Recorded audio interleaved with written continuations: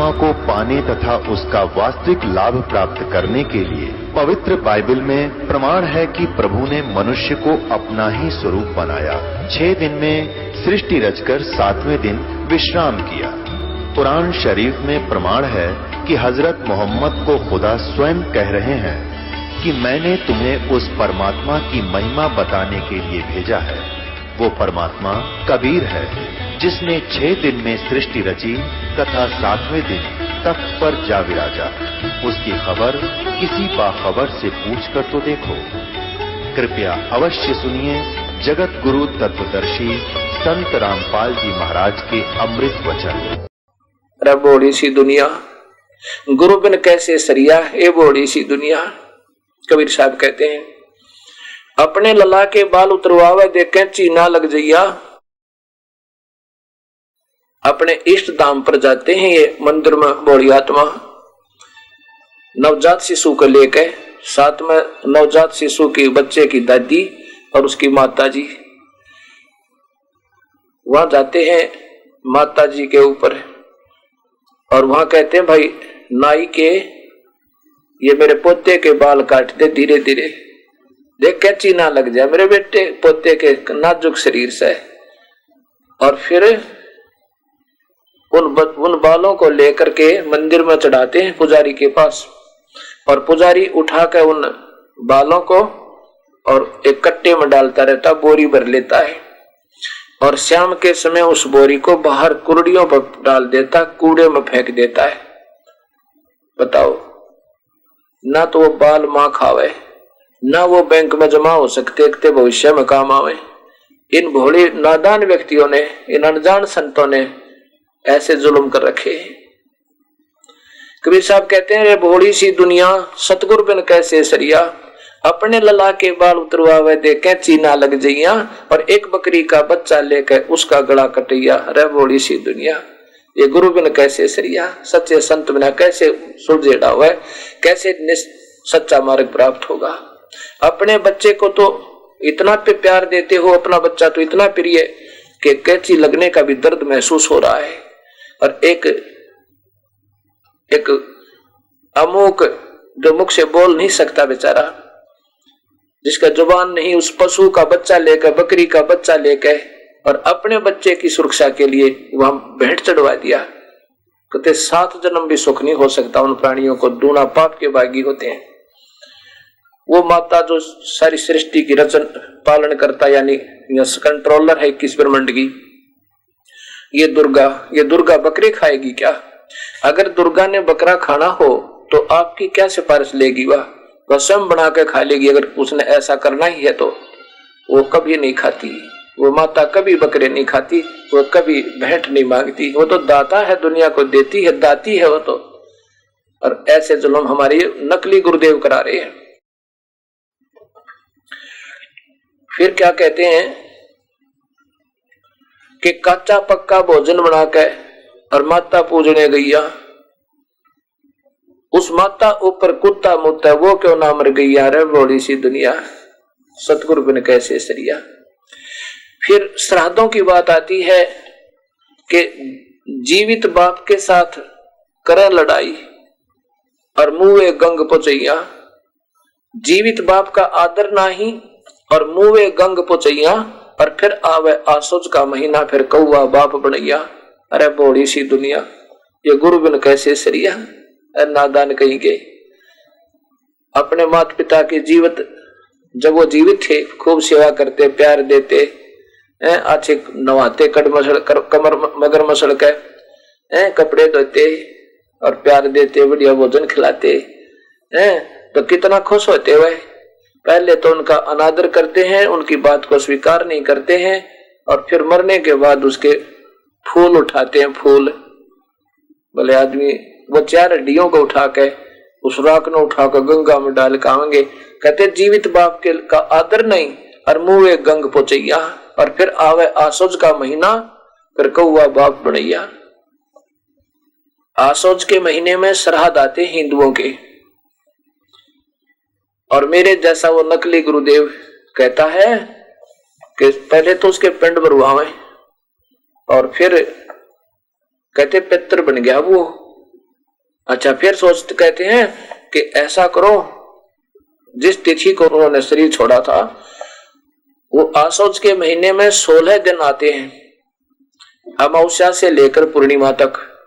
उन 16 दिनों में से जिस भी तिथि को उसने जन्म शरीर छोड़ा था उस दिन को उसका श्राद्ध माना जाता है। मेरे जैसा एक गुरुजी जाता है, वो नकली पहले भोजन बनाओगा, फिर 36 कर्म कांड करेगा और फिर कहेगा कि ऊपर छत पर रख दो कुछ भोजन।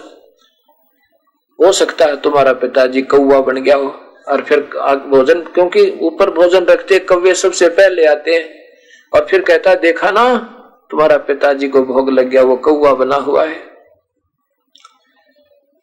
उस पिताजी मान लीजिए कौवा बना हुआ है और एक दिन भोग लगा दिया, उसको भोजन खिला दिया, 364 दिन क्या खाओगा पिताजी कौवा हमारा।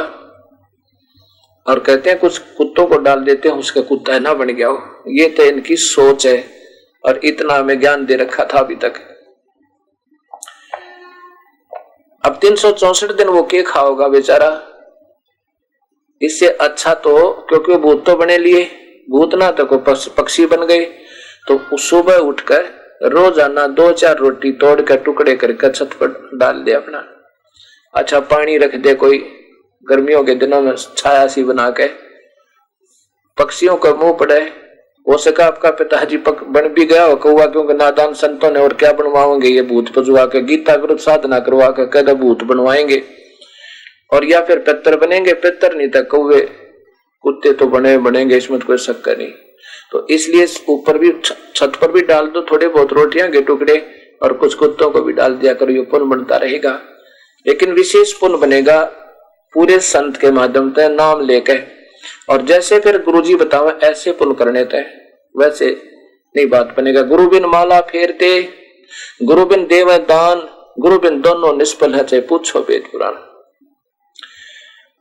एक समय की बात है, कबीर साहब गंगा जी पर गए नहाने के लिए, वैसे घूम रहे थे, वहां मेरे जैसे संतों के बहकाए हुए बौड़ी आत्मा गंगा से पानी ले और ऐसे किनारे पर लाकर डालना और सूर्य की तरफ मुख कर मंत्र पढ़ रहे। कबीर साहब ने गंगा में प्रवेश किया घुटनों पानी में, और उसमें जाकर के ऐसे दोनों हाथों से बाहर ऐसे उड़ेलने लगे। वो जो दूसरे कर्मकांडी भगत जन कर रहे थे वो कहने लगे, ओ क्या कर रहा है कबीर तू, ये कोई भक्ति का मार्ग थोड़ा ही है, ऐसे थोड़ा दिया जाता पितरों को जल, तू क्या कर रहा है ये। कबीर साहब ने कहा कि तुम क्या कर रहे हो, कि हम तो अपने पितरों को जल भेज रहे हैं, पानी दे रहे हैं, स्वर्ग में जल भेज रहे हैं और सूर्य को जल दे रहे हैं, और ये पितरों को पहुंचेगा वहां स्वर्ग में।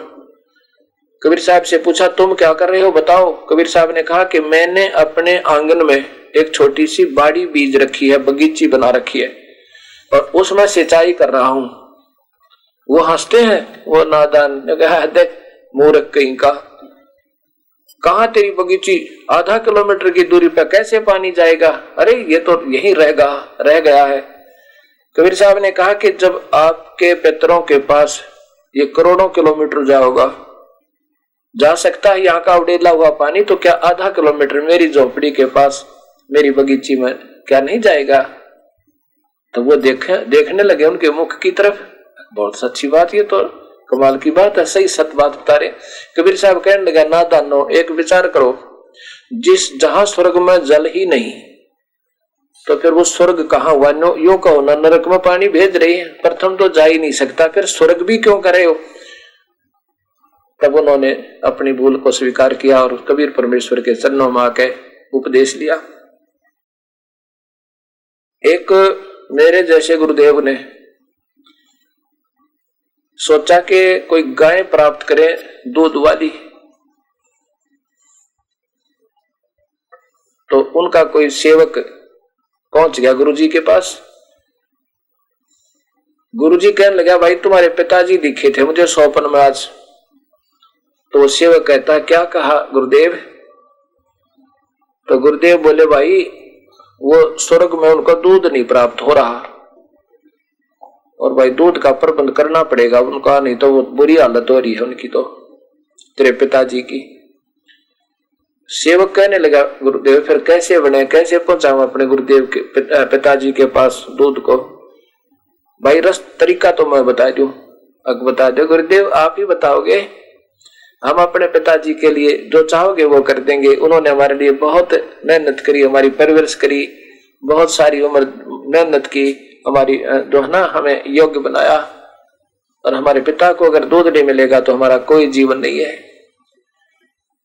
तो मेरे जैसा गुरुजी कहने लगा भाई एक ना लगड़ गऊ, बच्चे वाली यानी दूध वाली गऊ, और मेरे को दे दो और फिर हम मंत्र करके और फिर वो दूध वहां बेच दिया करेंगे। अब ठीक है गुरुदेव। उस सेवक ने जाकर अपनी माँ से प्रार्थना की। माँ गुरुदेव कह रहे थे कि मेरे पिताजी को स्वर्ग में दूध प्राप्त नहीं हो रहा, और उन्होंने कहा कि भाई एक दूध वाली गाय और मुझे दान दे दो और हम मंत्र पढ़ के और वहां दूध बेच दिया करेंगे। उस सेवक की माँ कहने लगी बेटा देख ले जैसे तुझे ठीक लगे। तेरे पिताजी ने बहुत मेहनत की तुम्हारे लिए, दिन रात मजदूरी करते थे, और पुत्र अगर उनको दूध प्राप्त नहीं हो रहा तो आत्मा बहुत दुख पा रही होगी। देखो पुत्र, आप देख लो पुत्र, जैसे उचित समझो कर लो। माँ का इशारा पाकर अपने घर से वो दूध वाली गाय खोल के और गुरुजी का जा बांध दी, और गुरुजी सह परिवार दूध पान करे, और वो बेचारे गरीब आदमी सूखी रोटी खा के और अपना निर्वाह करे। अब एक बात बताओ, जिस स्वर्ग में दूध नहीं वो स्वर्ग कहां हुआ? ऐसे अधूरे ज्ञान, अधूरे गुरुदेव सारे भगत समाज को बर्बाद कर दिया। अब धर्मदास जी कहता भगवान आपकी सारी बात सही, बिल्कुल ठीक लगती है, पर मेरा मन वो पिछले गुरुदेव से हट नहीं रहा, और ब्रह्मा विष्णु महेश में मेरा घना प्रेम हो रहा है दाता, और ये तीर्थ व्रत करने में बहुत जोर का दिल लग रहा है। अब इनसे मन हटता ही नहीं। कबीर साहब ने कहा धर्मदास जो शराब पीता है उसका भी मन हटता नहीं उसमें से, क्या वो अच्छी चीज है? जब शास्त्र गीता मना करे ऐसा मत करो, और तुम उसको पढ़ भी रहे हो और कर भी उसके विरुद्ध रहे हो तो भगवान के दोषी हो भाई तुम। और आपकी इच्छा है जैसे उचित समझा कर लो धर्मदास।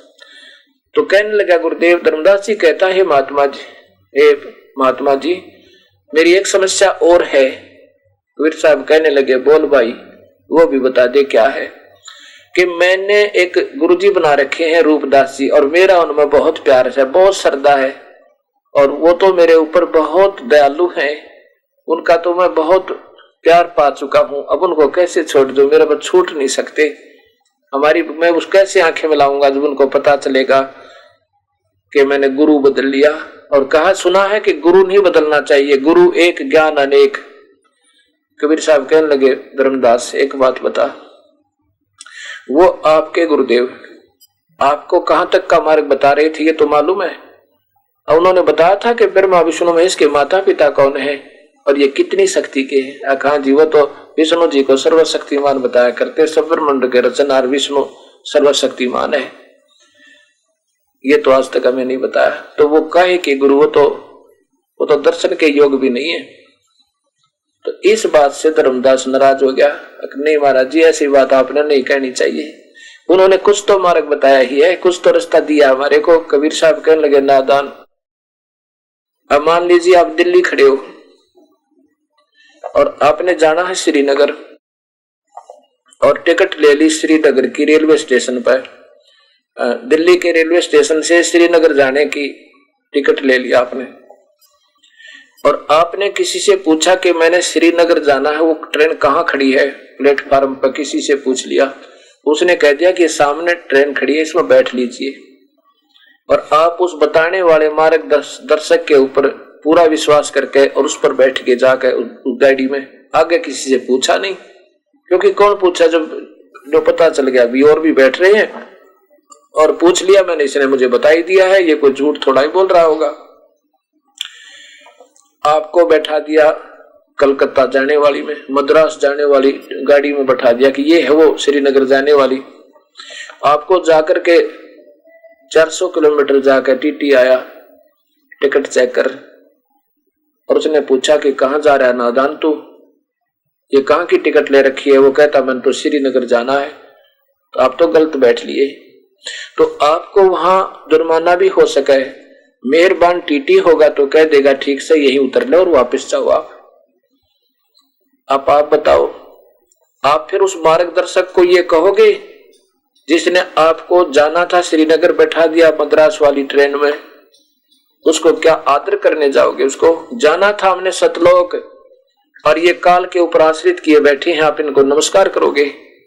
स्वयं काल के मुख में और आपको भी ले जा रहे हैं। कहते हैं कुछ तो भाव बनाया, भाव तो आपके अंदर पहले था, तड़प थी, आप ढूंढ रहे थे प्रभु को। अगर ये बीच में ना होते तो ढूंढते फिरते कहीं ना कहीं सतमार्ग वाले संत के पास पहुंच जाते। गांव गांव में, नगर नगर में 20-20, 50-50 ये गलत मार्गदर्शक बैठे हैं। ये जीव को वहीं उलझा के वहीं फंसा के बैठा लेते हैं और सारा जीवन बर्बाद कर देते हैं। अगर ये नहीं होते, इनको मालूम होता, ये इनकी कोई गलती नहीं, ये बेचारे स्वयं ये समझ चुके हैं कि हम जो मार्गदर्शन कर रहे हैं वो 100 का 100 सत्य है, इसलिए ये बता रहे हैं। क्योंकि इनको भी पहले ऐसे ही मार्गदर्शक मिले हुए हैं। जब इनको पता चलेगा कि तुम पाप के भागी हो, उसी दिन कान पकड़कर माफी मांगेंगे भगवान से, जब संत तय होंगे तय। और महिमा के भूखे हैं, प्रभु के भूखे नहीं हैं, तो प्रभुता के लिए तो झूठ बोलनी ही पड़ेगी।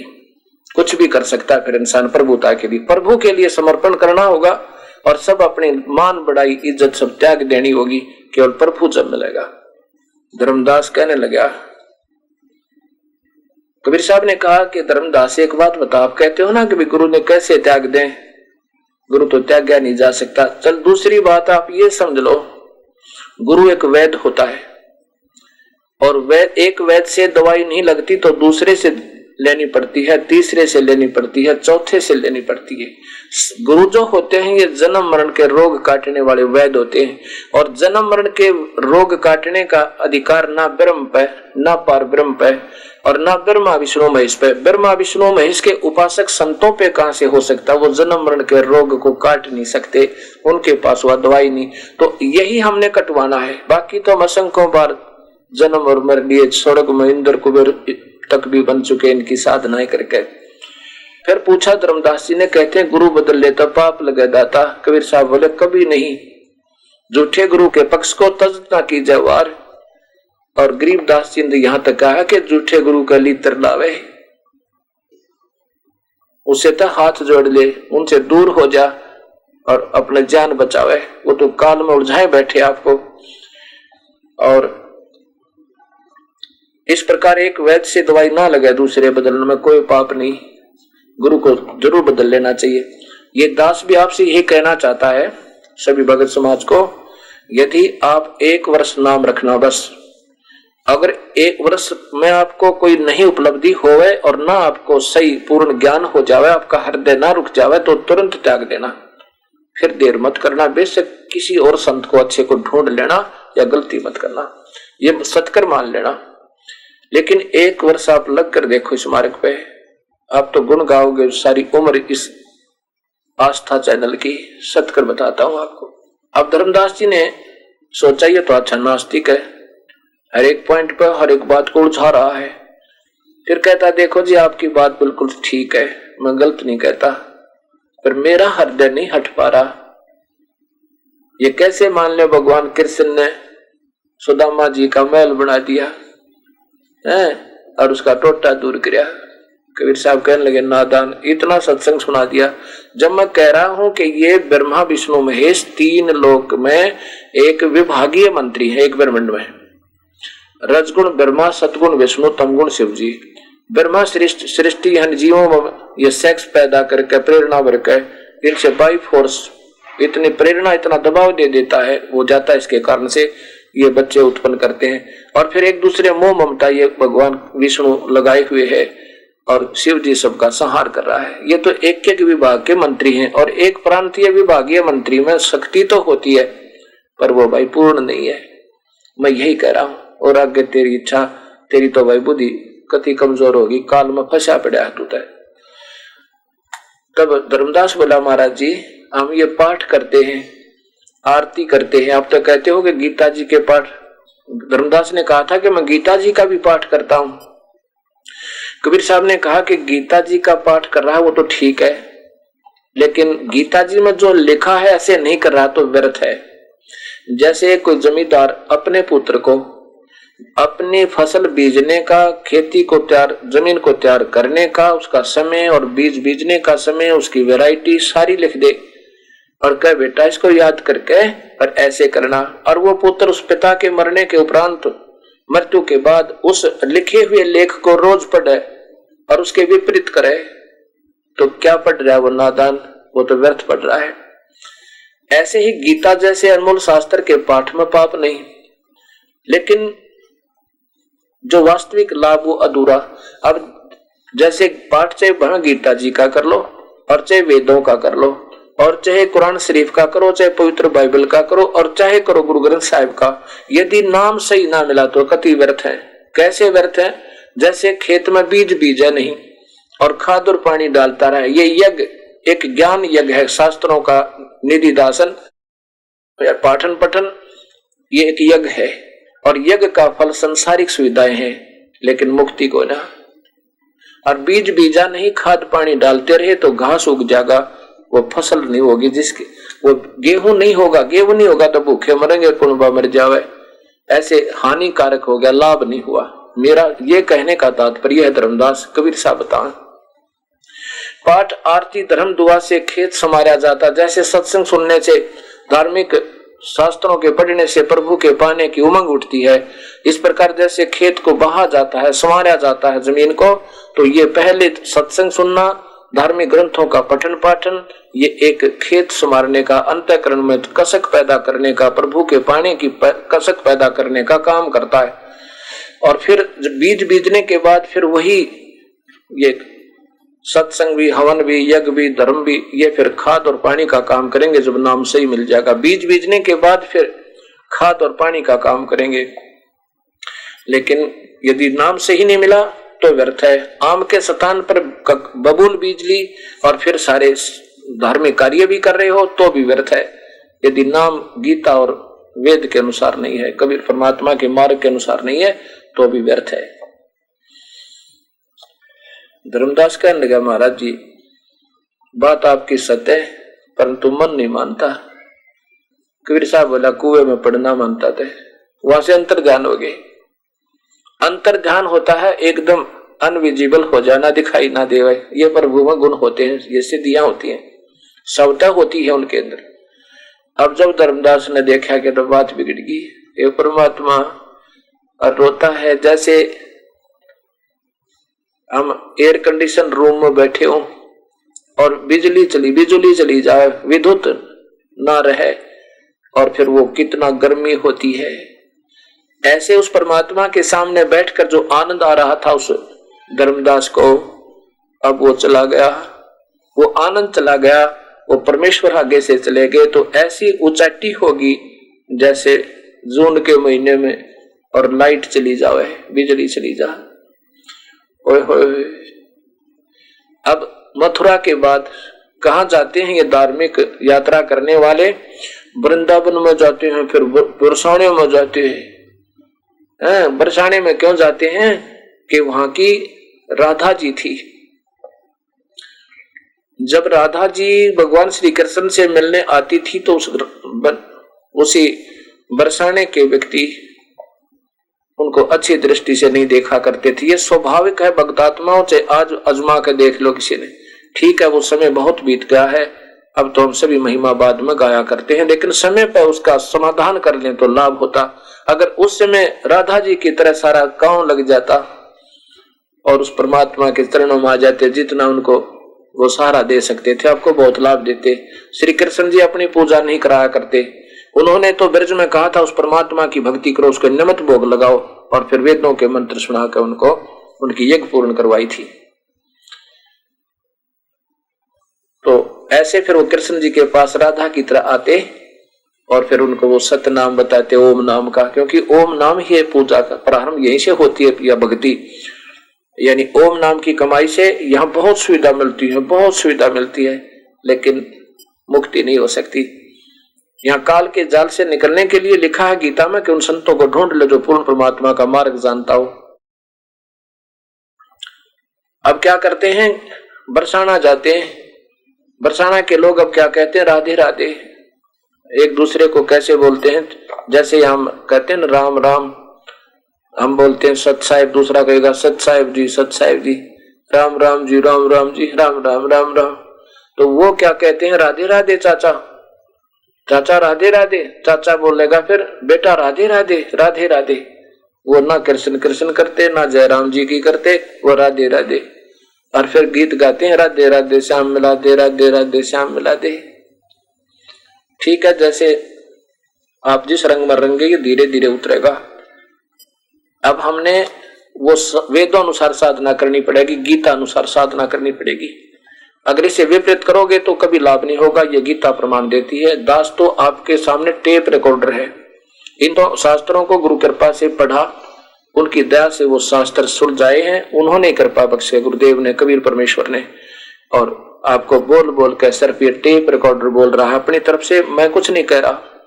मैं तो एक बहुत तुच्छबुद्धि जीव हूं, समझो, बहुत ही तुच्छबुद्धि। और संतों के चरणों के जूतों के नीचे की धूल समझना मुझे। ना कोई दास को अभिमान है, ना अपने ज्ञान का घमंड, कतई नहीं। ज्ञान मेरा हो तो घमंड करूं, ये तो परमात्मा ने पहले लिखा हुआ था, हमें तो अब मिला है, शुक्र मना रहा हूं मैं तो इसका। ये दाता कैसे दया करी, ऐसे निर्मल ज्ञान की, ऐसे सीधे मार्ग को कैसे उलझा दिया था। और आपकी रजा से ये सामने अब समझ हो गया। तो इस प्रकार धर्मदास जी को कबीर साहब समझा रहे हैं। अब धर्मदास रो रहा है क्योंकि सामने से वो निकल गई, शक्ति हाथ से छूट गई। अब रो रहा है, परमात्मा ना वृंदावन जाऊंगा, ना बरसाने जाऊंगा, दाता तेरे को पाऊंगा, अगर नहीं मिले तो आत्महत्या कर लूंगा।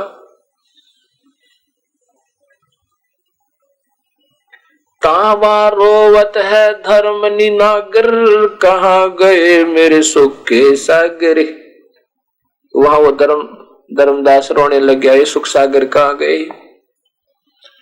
तावा रोवत है धर्म निनागर, कहाँ गए मेरे सुख के सागर। अधिक वियोग हुआ हमसे ती, जैसे निर्धन की लुट जा खेती।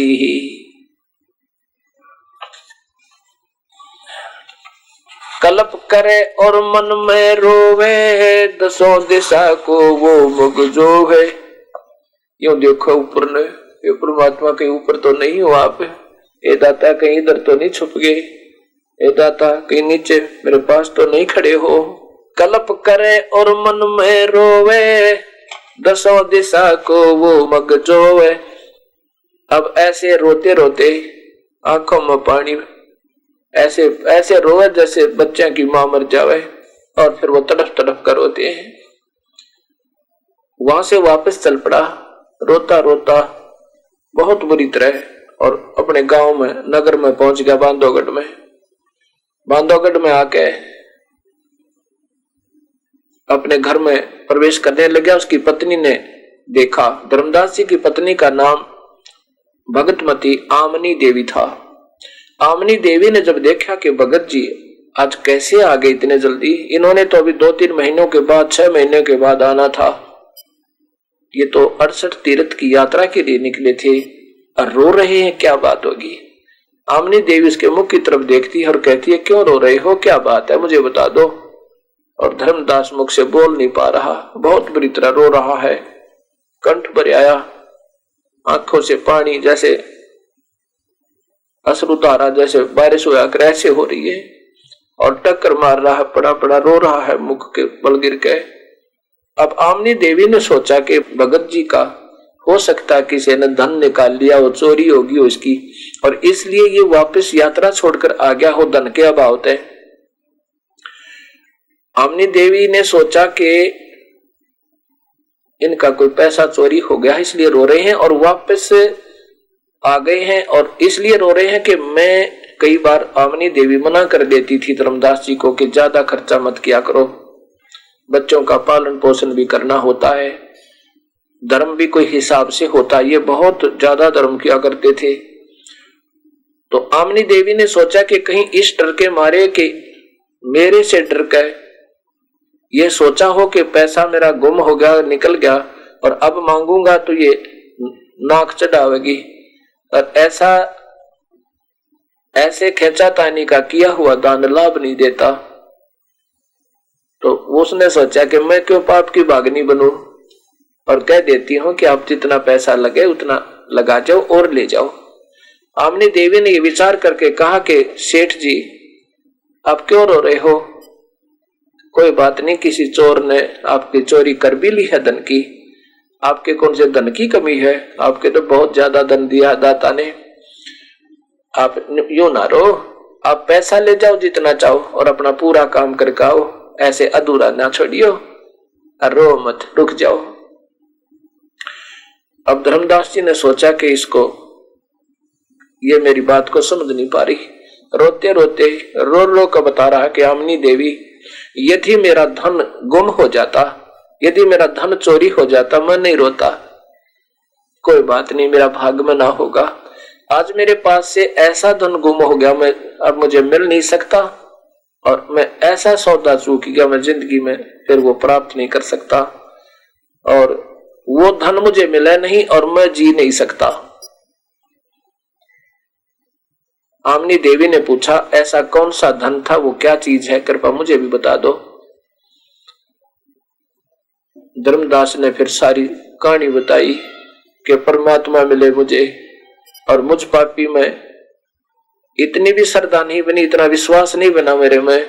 उन्होंने सारी कहानी बताई, सारी सत्य, कति 100 की 100 सत्य। हम काल के जाल में फंसे हुए आमनी देवी, ये ब्रह्मा विष्णु महेश भी हमारे साथी हैं, ये सतलोक से आए हुए हैं बेचारे, अब इस काल के जाल में फंस के ये 3 लोक के प्रभु बना दिए, और कुछ दिनों के बाद इनका ये पूरी इन्हीं की द्वारा की हुए पुण्यों की कमाई जब समाप्त हो जाएगी, इनको भी उखावेगा काल, और इन बेचारों को फिर 84 में डालेगा। हमने कैसे बख्शेगा आमनी देवी। आमनी देवी को वो सारी कथा सुनाई जो बात कबीर साहब से हुई थी। आमनी देवी बोली आपने तो कमाल कर दिया सेठ जी, आप लाला जी होकर सौदागर होकर सौदा चूक गए। धर्मदास कहने लगे आमनी देवी इस बात का दुख है मुझे कि आज पहली बार सौदा चूक्या हूं मैं, जिंदगी में कभी बाजी हारा नहीं था।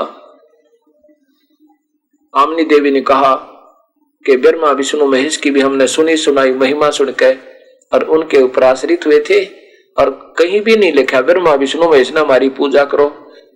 योग वशिष्ठ उठा के देखो, उसमें रामचंद्र जी तो वशिष्ठ जी से पूछ रहा भगवान मैं कैसे भक्ति करूं हे गुरुदेव, और वशिष्ठ जी कहते हैं कि मैंने भगवान शिव से पूछा था, शिव जी ने कहा था उस परमात्मा की भक्ति करो, ओम नाम का जाप करो, ध्यान लगाओ, क्योंकि वो स्वयं ध्यान लगाते हैं। इन भगवानों ने कभी नहीं कहा, ना हनुमान जी ने कहा मेरी पूजा करो, ना श्याम जी ने कहा मेरी पूजा करो, ये कभी नहीं कह सकते, ये नादान नहीं थे, ये तो हंस आत्मा थी। हम उन गलत गुरुओं का फंस गए जिन्होंने हमें गलत मार्ग पर ला दिया। ये तो स्वयं कहते हनुमान जी स्वयं राम पुजारी थे। अब जैसे एक गुरु के शिष्य हो और एक शिष्य कहे कि आजा तू मेरी पूजा कर ले, उसके साथ नीच नहीं, और भगत है तो वो कभी नहीं कहेगा, अपने चरणों का भी हाथ नहीं लगाने देगा, न्यू कहेगा ना भाई गुरुदेव की पूजा करो, मैं नहीं इस योग्य हूं। तो ऐसा अगर वो तो भगवान कह नहीं सकते, लेकिन हम अनजान उनके पीछे उन गलत गुरुओं के आधार पर ये गलत साधना शुरू कर दी। अब 6 महीने तक वो धर्मदास रो कर रुदन मचावे, बहुत बुरी तरह रो रहा है, और ऐसे देखा जैसे सबरी देखा करती भगवान श्री राम के आने की बाट देखा करती, इंतजार किया करती।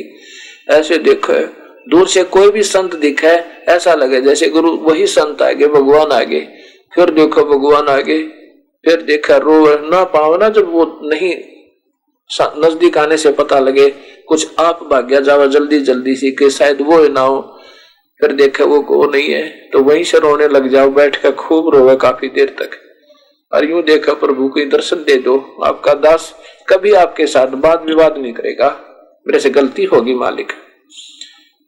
अब ना खाना खावे ज्यादा, मरता हुआ थोड़ा सा खाना खावे, रोते रोते खावे, सूख के पतला दुबला हो गया, सारा शरीर कमजोर हो गया। आमनी देवी ने के अंदर कबीर परमेश्वर ने एक दिन प्रेरणा की, उसके मन में ऐसी भावना उठा दी, एक प्रश्न किया अमनी देवी ने कि एक बात बताओ भगत सेठ धर्मदास जी, भगवान ने कुछ इशारा किया था, वो कैसे मिलेंगे?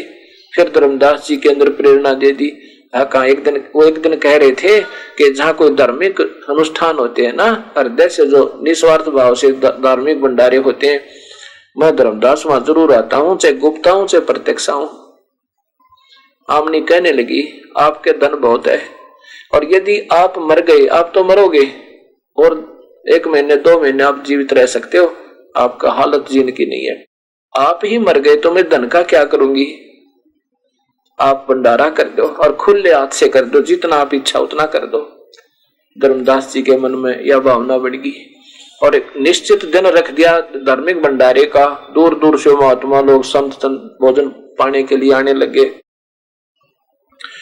अब 3 दिन का भंडारा किया। पहले दिन अब उनकी तो दृष्टि उस जैसे सर्प की मणि पर होती है, चकोर की चांद पर दृष्टि होती है, ऐसे नजर लगा रहा, देख रहे हैं। और फिर नहीं आते दिखे, श्याम हो जावा, पढ़कर रोवे खूब बुरी तरह, फिर उम्मीद करे शायद कल आ जाएंगे। वो दिन भी चला गया, फिर रोया खूब रात न बैठ कर रात्रि में, सुबह फिर देखा शायद आज आ जाएंगे।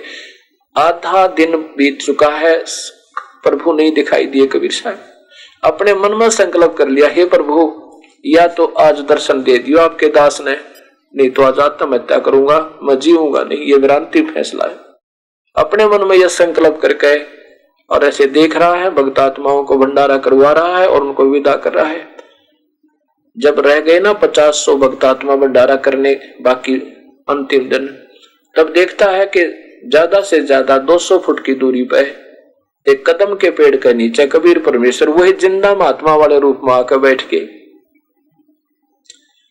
और जब धर्मदास ने देखा जानते हैं, ओहो वो बैठे भगवान, वो बैठे भगवान, वो बैठे, ऐसे भाग के गया और यूं देखा उनके मुख की तरफ, आंख मिला के और गोले से लग गया, छाती के लगा लिया प्रभु के और सीने से चिपट गया, जैसे बच्चा माँ का लिपट जाया करे जो काफी देर में मिले। और ऐसे मुख की तरफ देखा, दाता मेरे से गलती होगी, दोनों कान पकड़ो, आपके साथ कभी वाद विवाद नहीं करूंगा, मालिक मुझे छोड़कर मत जाना, ये मालिक मुझे रास्ता बता दो। वो पूजा मेरे से नहीं हो सकती अब, वो तो युग बीत गया हमने करत्या ने, और भविष्य में मुझे मिला नहीं दाता, मैं तो आपका दास बहुत दुख पा रहा हूँ। कबीर साहब ने कहा ऐसा करो धर्मदास, इन सब भक्त आत्माओं को इनको विदा कर दो और फिर मैं आपके यहीं रुकूंगा आज रात्रि में। अब इतना मन में वो हो गया, ऐसा कहते हैं ना दूध का जला हुआ छाछ को भी फूंक लगा के पीवे।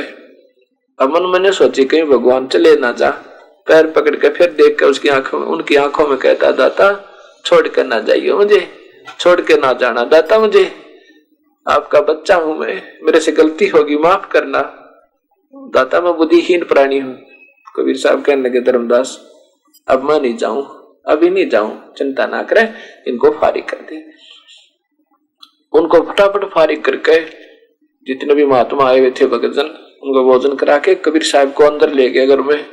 आमनी देवी से कहता कि आजा मेरा भगवान पागे, आजा अपना मेरा धन मिल गया जिसके लिए रो रहा था।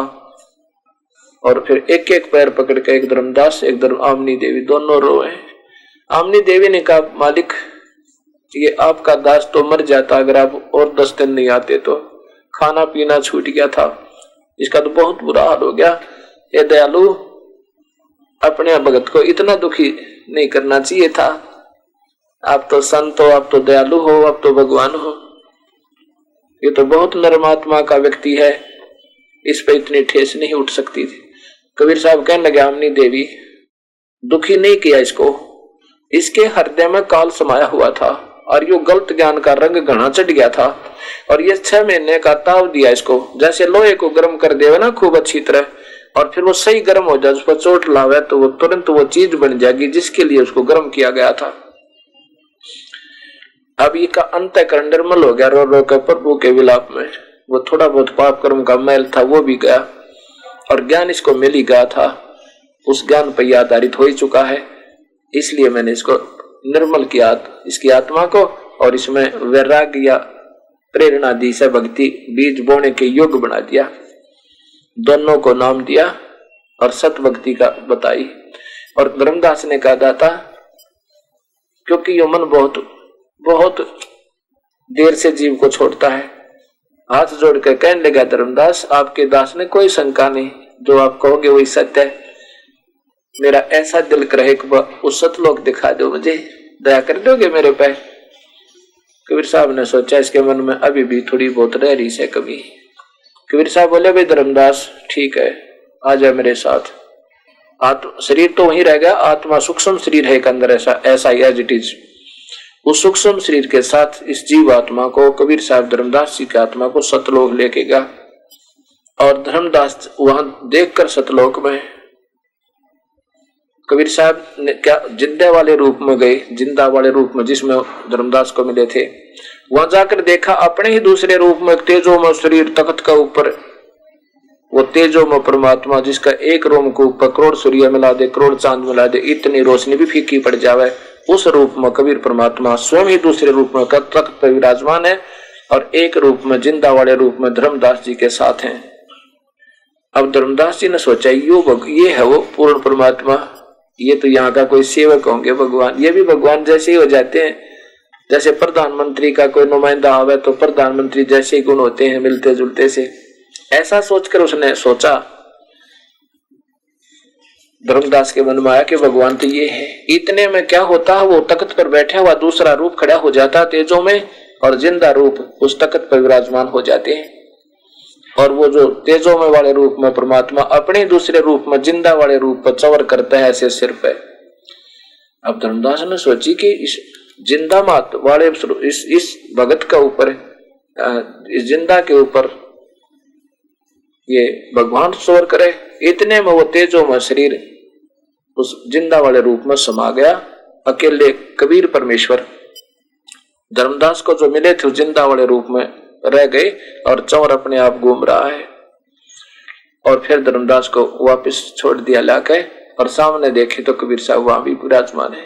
जब उस दिन विश्वास हुआ, ओए होए, तब कहा था, धन धन सत्य गुरु सत कबीर भक्त की पीड़ मिटाने वाले, धन धन सत गुरु सत कबीर भक्त की पीड़ मिटाने वाले, भक्त की पीड़ मिटाने वाले, भगत की पीर मिटाने वाले, धन धन सत गुरु सत कबीर भक्त की। रहे नल नील जतन कर हार, तब सतगुरु से करी पुकार, रहे नल नील जतन कर हार, तब सतगुरु से पुकार। जा सतरे खाल की अपार, सिंधु पे सिला तराने वाले, जा सतरे खाल की अपार, सिंधु पे सिला तराने वाले, धन धन सत गुरु सत कबीर भक्त की पीर मिटाने वाले। डसी सर्प ने जब जाय पुकारी, इंद्रमती अकुलाय, डसी सर्प ने जब जाय पुकारी, इंद्रमती अकुलाय, आपने तुरंत करी सहाय, गरोली मंत्र सुनाने वाले, आपने तुरंत करी सहाय, गरोली मंत्र सुनाने वाले, धन धन सत गुरु सत कबीर भक्त की पीड़ मिटाने वाले। दामोदर सेठ के होठ अकाज, अर्ज करी डूबता देख जहाज, दामोदर सेठ के होठ अकाज, अर्ज करी डूबता देख जहाज, लाज मेरी रखियो गरीब नवाज समुद्र से पार लंघाने वाले, लाज मेरी रखियो गरीब नवाज समुद्र से पार लंघाने वाले। धन धन सतगुरु सत कबीर भगत की पीर मिटाने वाले। कह कर जोर दीन धर्मदास दरस दे पूर्ण करियो आस। कह कर जोर दीन धर्मदास दरस दे पूर्ण करियो आस। मेटियो जन्म मरण की तरास सत्य पद प्राप्त करवाने वाले। मेटियो जन्म मरण की तरास सत्य पद प्राप्त कराने वाले। धन धन सतगुरु सत्य कबीर भक्त की पीड़ मिटाने वाले। धन धन सतगुरु सत्य कबीर भक्त की पीड़ मिटाने वाले। सत साहिब।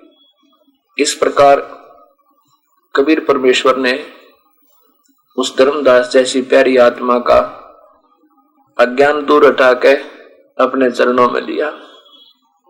उस पवित्र आत्मा धर्मदास जी ने जगह जगह घूम घूम कर कबीर परमेश्वर की महिमा गाई। और कबीर साहब ने बताया कि मैं काशी के अंदर जुलाहा रूप में रहता हूं। अब धर्मदास जी भी इस भ्रम को मिटाने के लिए कहीं ये वास्तव में काशी वाला कबीर वही कबीर काशी में है कोई परमात्मा ऐसा। और कबीर साहब ने बताया कि मेरे गुरुदेव वहां पर रामानंद जी हैं। अब ये बात असमंजस में हो जाती है कि काशी में ये भगवान क्या करने आवाज सारी सृष्टि का रचनहार। तो वो धर्मदास वहां से चल पड़ा। कहां से? बांधवगढ़ से काशी पहुंचा बनारस में। और वहां पता किया रामानंद जी का। तो रामानंद जी से मिले, उनसे पूछा कि कोई कबीर यहां पर जुलाहा रूप में आपका शिष्य है? रामानंद जी की आंखों में आंसू आ गई। कहने लगे भगत जी आपको कैसे पता लगा? कहां से आए हो? मैं बांधवगढ़ से आया हूं। आपको कैसे पता लगा कि वो मेरे गुरु शिष्य नहीं, वो मेरे गुरुदेव समझो? रामानंद जी कहने लगे। धर्मदास के हृदय में पक्की जचगी कि जरूर वही होंगे। रामानंद जी ने कहा कि वो तुझे कैसे मिल गए? कहने लगा जी मैं ऐसे ऐसे वह भ्रमण पर गया हुआ था और ब्रह्मा विष्णु महेश की पूजा में बहुत आरूढ़ था मैं। और वहां ये प्रभु मुझे मथुरा में मिले थे। वो कहाँ हैं? कि वो अपनी झोंपड़ी में है। उस झोंपड़ी में वहां धर्मदास जी को एक सेवक लेकर गया और देखा वहां पर वो जुल्हे का काम करते हुए। ओए होए होए, चरणों में गिर के बहुत रोया धर्मदास। कहने लगा हे मालिक, ए दाता, हमारे लिए आप इतना कष्ट उठा रहे हो। जब कबीर साहब ने कहा धर्मदास इस काल ने मेरे बच्चों के साथ जुल्म किया हुआ है, इनको अलग अलग बना दिया, हिंदू न्यारे, मुसलमान अलग से, ईसाई अलग से, सिख न्यारे, और फिर ये आपस में ऐसे दुश्मन बना दिए। छोटी सी बात हो जाओ धर्म के बारे में मरने मारने को तैयार हो जाए। एक ही पिता सबका, मैं सबका पिता हूं सबका। और ये नादान अबोध बालक ऐसे लड़ते हैं जैसे नादान बच्चे लड़ते हैं। छोटा बच्चा कहता है ये मेरा पापा है, दूसरा कहता नहीं मेरा पापा है, और इसी बात पर लड़ाई लड़ने लग जा, उसका माल है उसका माल है। और कोई पूछे क्यों लड़ रहे हो? कहते यूं कह मेरा पापा है। तब वो हंसता है, वो पापा दोनों को सीने से लगा लेता है, बेटा मैं दोनों का ही पापा हूं, मैं चारों का ही पापा हूं, ऐसे लड़ रहे हो तुम। तो ऐसे हमें ये यहाँ पर ऐसे लड़ा जा रहा है। ये काल इन सबको अपने नकली गुरु भेज के इनके द्वारा इनका मार्ग विपरीत कर देता है। वो स्वार्थी तत्व इनको सतमार्ग पर लगने नहीं देते और मेरे बच्चों को मेरे दुश्मन बना देते हैं। कहते हैं ये तो शास्त्र के विरुद्ध साधना बता रहा है। कहाँ लिखा है ऐसा? अब लिखा कैसे? सब संस्कृत में उस समय शास्त्र होते, संस्कृत पढ़ने वाले कुछ ही व्यक्ति होते थे। इन घोड़ी आत्माओं को वो सत्य बताते नहीं थे। शास्त्रों में लिखा हुआ है, उनको आज तक नहीं हमारे पूर्वजों को बताया कि ब्रह्मा विष्णु में समर्थ नहीं है, शक्ति जरूर है लेकिन सर्वस्वा नहीं है। और ये पितृ पूजा, भूत पूजा, ये तो व्यर्थ है। ये तो 3 गुणों से लेकर देवता तक की पूजा को 7वें अध्याय का 12 से लेकर 15 तक कति नकारा किया भगवान ने। और ऐसी संज्ञा, ऐसे उपमा दी है कि बार बार कहते हुए भी शर्म आवे। कहते हैं जो तीनों गुणों के द्वारा जिनका ज्ञान कर लिया अर्जुन, वो राक्षस स्वभाव के धारण किए हुए, क्योंकि शास्त्र में साधना करने से नरमाई आवे नहीं, हृदय में विनम्रता हो नहीं सकती, और विनम्रता नहीं होगी तो हम लड़ने को हमेशा तैयार रहेंगे।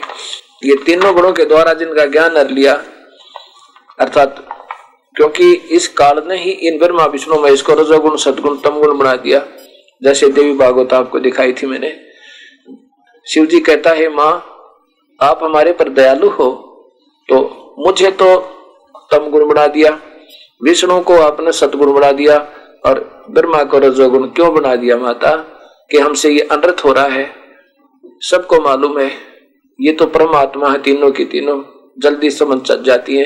कहते हैं बाई फोर्स तो यहाँ पर बच्चे पैदा हो, इतने प्रेरणा भर दी इस वासना की, और फिर शिव जी विष्णु सब मोह ममता पैदा करे रखे, तेरा बेटा, ये तेरी बेटी, ये तेरी संपत्ति, और मैं मार दो 1 मिनट में, वो रोते रह जा सारा कुंड, माँ ये हमारे से ऐसा जुल्म हो रहा है, आप हमारे पर दयालु हो, हमारी माता हो, तो ये काम, ये हमें रजगुण सदगुण तमगुण क्यों बना दिया आपने। इससे पहले 7वें अध्याय का ये श्लोक, ये अध्याय सुनने से पहले ये देवी भागवत एक बार फिर देखिएगा। गीता जी के ये 7वें अध्याय को अध्ययन करने तो पहले आपके हृदय में ये जचना आवश्यक है कि रजगुण ब्रह्मा है, सदगुण विष्णु, तमगुण शिव जी, क्योंकि गीता में इशारा सांकेतिक ज्ञान ज्यादा है, क्योंकि ये छोटा सा शास्त्र में सारा ही गागर में सागर भर रखा है भगवान ने, इसलिए इसके लिए हमने अन्य शास्त्रों का भी सहयोग लेना पड़ेगा, तब ये गीता जैसा पवित्र शास्त्र यानी ज्ञान हमें समझ में आएगा। इससे पहले आप देखिएगा कि ये ब्रह्मा विष्णु महेश अजर अमर नहीं है, ये स्वयं स्वीकार करते हैं हम तो जन्म मरण और मरण में है। ये वही गीता प्रेस गोरखपुर से प्रकाशित श्री मद देवी भागवत ये पुराण है, और इसका देखिएगा श्री मद देवी भागवत, नीचे इनके अनुवाद करता है संपादक हनुमान प्रसाद पोदार चिमनलाल गोस्वामी, और यहां देखिएगा गीता प्रेस गोरखपुर से प्रकाशित है। इसके 123 पृष्ठ पे, इसके 123 पृष्ठ पे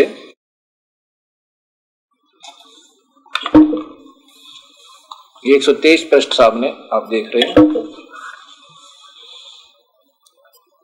123 पृष्ठ पे, और ये भगवान शिव कहते हैं, पीछे से वर्णन आ रहा है, भगवान शिव जी कहते हैं मैं छोटा सा बालक था जब इनके, छोटे सा बच्चा था मैं जब मैंने माता के दर्शन हुए थे।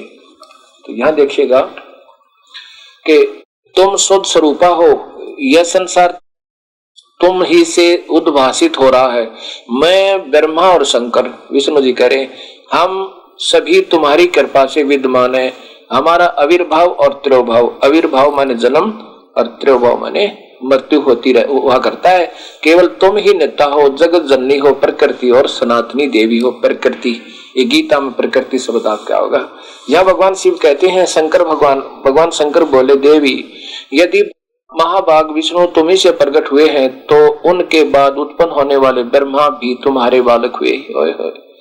फिर मैं तमोगुणी लीला करने वाला शंकर भी तुम्हारी संतान हुआ, अर्थात मुझे भी उत्पन्न करने वाली तुम ही हो। ये तीनों की माँ शेरा वाली है प्रकृति देवी। नीचे देखिएगा कि तीनों गुणों से उत्पन्न हम विष्णु एवं शंकर नियमानुसार कार्य में तत्पर रहते हैं, हम ये तीनों देवता को जगत का कार्य संभाले रहते हैं। अब यहाँ गोलमोल कर दिया इस लेखक ने यहाँ, क्योंकि इसलिए मैंने 3 दिखानी पड़ेंगे आपको ये पुराण। अब देवी भागवत महापुराण में इसी पॉइंट को आप देखना कितना स्पष्ट संस्कृत में लिखा और साथ में अनुवादकर्ता ने श्रेष्ठ लिखा है। अब शिव जी कहते हैं, ये देखिएगा देवी भागवतम सभाष्टिकम, और ये कहां से प्रकाशित है ये देखिएगा,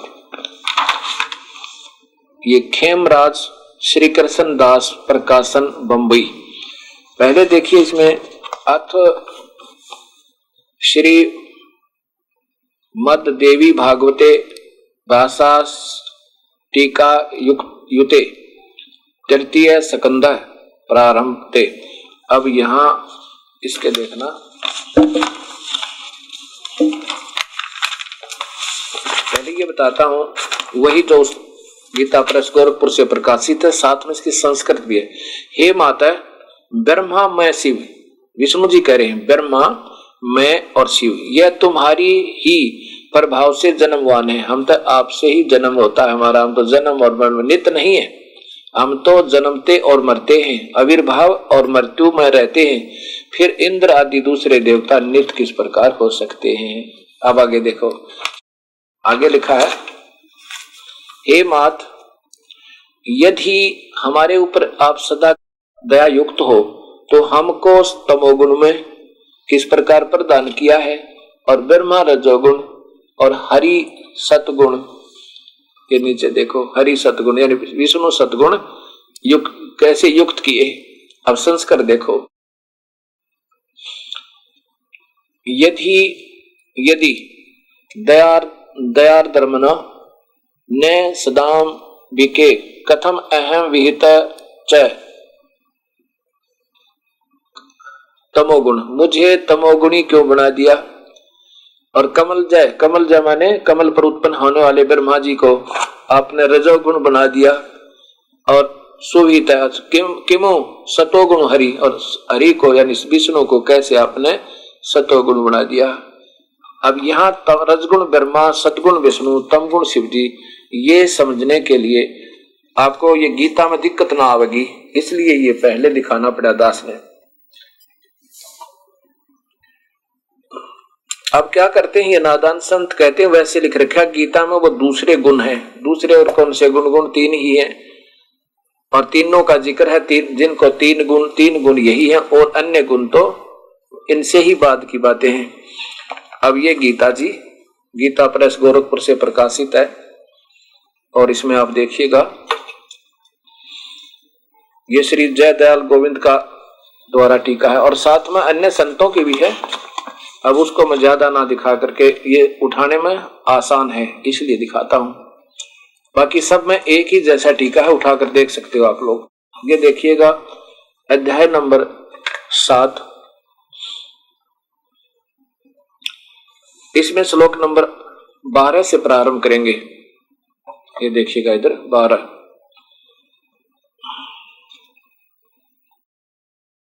और भी जो सतगुण से उत्पन्न होने वाला भाव है, सात्विक भाव यानी विष्णु जी से जो कुछ भी होता है, जो हो रहा है तीनों लोकों में, यानी सतिथि, और रजोगुण से और तमोगुण से, रजोगुण से सृष्टि उत्पत्ति और तमोगुण से संहार, ये जो कुछ भी हो रहा है तीनों गुणों, तीनों इस संसार में होने वाले भाव, उनको तू सब मुझ से ही जान, ये काल कहता है।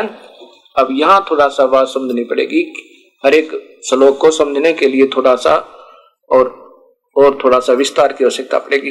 ये काल ब्रह्म भगवान कहता है कि जो कुछ भी रजगुण ब्रह्मा है, सतगुण विष्णु है, तमगुण शिव जी से, यानी ब्रह्मा बच्चे पैदा करवा रहा है, और विष्णु जो है इनमें सतिथि बनाए हुए हैं, इनको रोके हुए एक दूसरे मुड़ जाके, और शिव जी संहार कर रहा है। ये तीनों गुणों के द्वारा जो कुछ भी हो रहा है ये मेरे से ही हो रहा है भाई, ये काल कहता है ये मेरे से ही जान।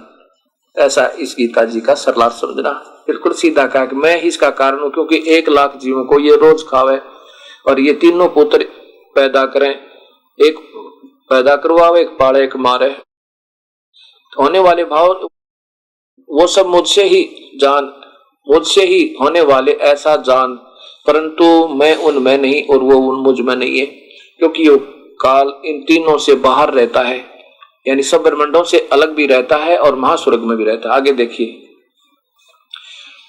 ये त्रिगुणमयी, त्रिभी गुणमयी, यहां लिखो, गुणों के कार्य रूप सात्विक, राजस और तामस, इन तीनों प्रकार के भाव से ये लिखना था कि तीनों त्रिगुणमयी, तीनों गुणों की माया, तीनों गुण रूपी माया से यह सारा संसार, चलो जैसा भी ऐसे ही समझते चलिए, तीनों प्रकार के भाव से सारा संसार, जगत समुदाय मोहित हो रहा है। इन तीनों गुणों से परे मुझ अविनाशी को नहीं जानता। अब देखो, ये देखियो, तीनों गुणों से परे मुझ अविनाशी को नहीं जानता। ये देखो, ये काल भगवान कह रहा। फिर आगे है, क्योंकि इन तीनों गुणों का ही चर्चा चल रही है, क्योंकि यह अलौकिक अर्थात अद्भुत त्रिगुण में ही मेरी माया, रजगुण ब्रह्मा, सतगुण विष्णु, तमगुण शिव जी के द्वारा जो जाल फैला रखा है, और कारण ये स्वयं ही है, बड़ी दुस्तर है। जो पुरुष मुझको निरंतर भजते हैं वे इस माया का उल्लंघन कर जाते हैं। आगे देखो 15वां में कमाल कर दिया। माया के द्वारा इन ब्रह्मा विष्णु महेश, रजगुण ब्रह्मा, सदगुण विष्णु, तमगुण शिव जी, तीनों गुणों के द्वारा जिनका ज्ञान कर लिया, क्योंकि ये फिर बेचारे बच्चों के पालन पोषण में ये प्राणी लगे रहते हैं और यहीं की शैक्षणिक सुविधा में उलझे रहते हैं। माया के द्वारा जिनका ज्ञान हरा जा चुका है, असुर भाव को धारण किए हुए वे राक्षस स्वभाव के मनुष्य, नीच मनुष्य, नरा अधमा, मनुष्यों में नीच, घटिया ते घटिया और दूषित कर्म करने वाले, दुष्कृतिन, मूर्ख, माम मुझको नहीं बचते। अर्जुन यानी ब्रह्म कह रहा है ये मुझको नहीं बचते, ये नादान, मूर्ख, दुष्कर्म करने वाले तीनों गुणों की पूजा को गीता जी में स्पष्ट मना किया हुआ है। और अभी तक हमारे को ये ब्रह्मा विष्णु महेश सदा सर्वशक्तिमान जो कुछ कर दे, जो चाहे सो कर दे, ऐसे में बता रहे थे।